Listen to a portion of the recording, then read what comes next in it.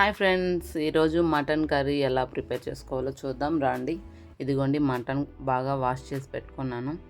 ఇదిగోండి కుక్కర్లో already mutton పెట్టుకునేసాను కుక్కర్లోనే. అందులో కొంచెం నూనె, ఉప్పు, పసుపు, ధనియాల పొడి, మిరప్పొడి అన్నీ వేసి మిక్స్ చేసుకుంటాను నేను. అంటే అలా వాడ్చామంటే మటన్లో ఉండే నీరంతా బాగా ఇంకిపోతుంది, అప్పుడు టేస్ట్ వస్తుంది అన్నమాట. లేదంటే బాగా వాడిస్తే కూర కూడా బాగా టేస్ట్ వస్తుంది, చాలా కూడా బాగుంటుంది. ఇదిగోండి బాగా వాడిపోయింది, వాటర్ అంతా ఇంకిపోయింది. ఇప్పుడు అందులో తగినన్ని నీళ్ళు పోసుకొని ఉడకబెట్టుకోవాలన్నమాట.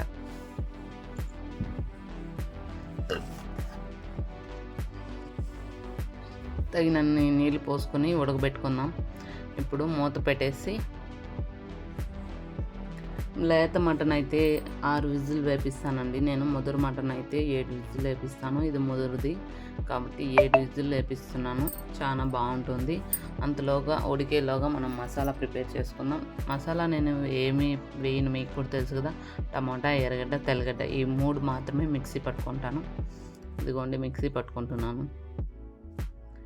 ఇది పులుసు చిక్కగా వస్తుందనేసి ఇవి వేస్తాను అంతే. ఇదిగోండి మిక్సీ పెట్టేసాను.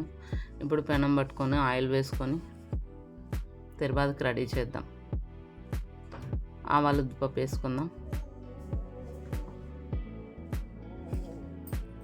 ఇప్పుడు మనం నూరు పెట్టుకున్న మసాలా, టమాటా, ఎర్రగడ్డ, తెల్లగడ్డ వేసి బాగా నూనెలో డీప్ ఫ్రై అయ్యేలాగా వాడ్చుకుందాం. ఇదిగోండి బాగా వాడ్చుకోవాలి, లేదంటే పచ్చి వాసన వస్తుంది, కూర కూడా టేస్ట్ ఉంటుంది. బాగా ఆయిల్ పైకి తేలే విధంగా వాడ్చుకోవాలి, అప్పుడే టేస్ట్ ఉంటుంది కూర కూడా.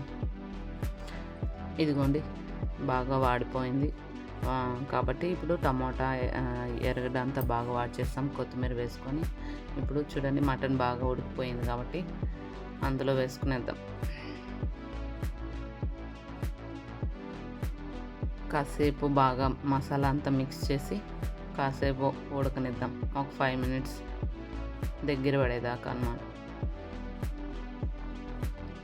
ఇదిగోండి బాగా ఉడికిపోయింది. కొత్తిమీర వేసుకొని అంతే, కూర కంప్లీట్ అయిపోయింది. చాలా చాలా టేస్ట్గా ఉండే మటన్ కర్రీ రెడీ అయిపోయింది. చాలా బాగుంటుంది. ఈ విధంగా ఒకసారి ట్రై చేయండి. నేను ఇడ్లీకి ప్రిపేర్ చేశాను కాబట్టి కొంచెం పులుసుగా పెట్టుకున్నాను. ఇదిగోండి ఇడ్లీ వేసుకొని మటన్ వేసుకున్నాను. చాలా చాలా టేస్ట్గా ఉంది. మీరు కూడా ఒకసారి ఇలా చేసి ట్రై చేయండి. నచ్చితే లైక్ చేయండి, షేర్ చేయండి, సబ్స్క్రైబ్ చేయండి. బాయ్.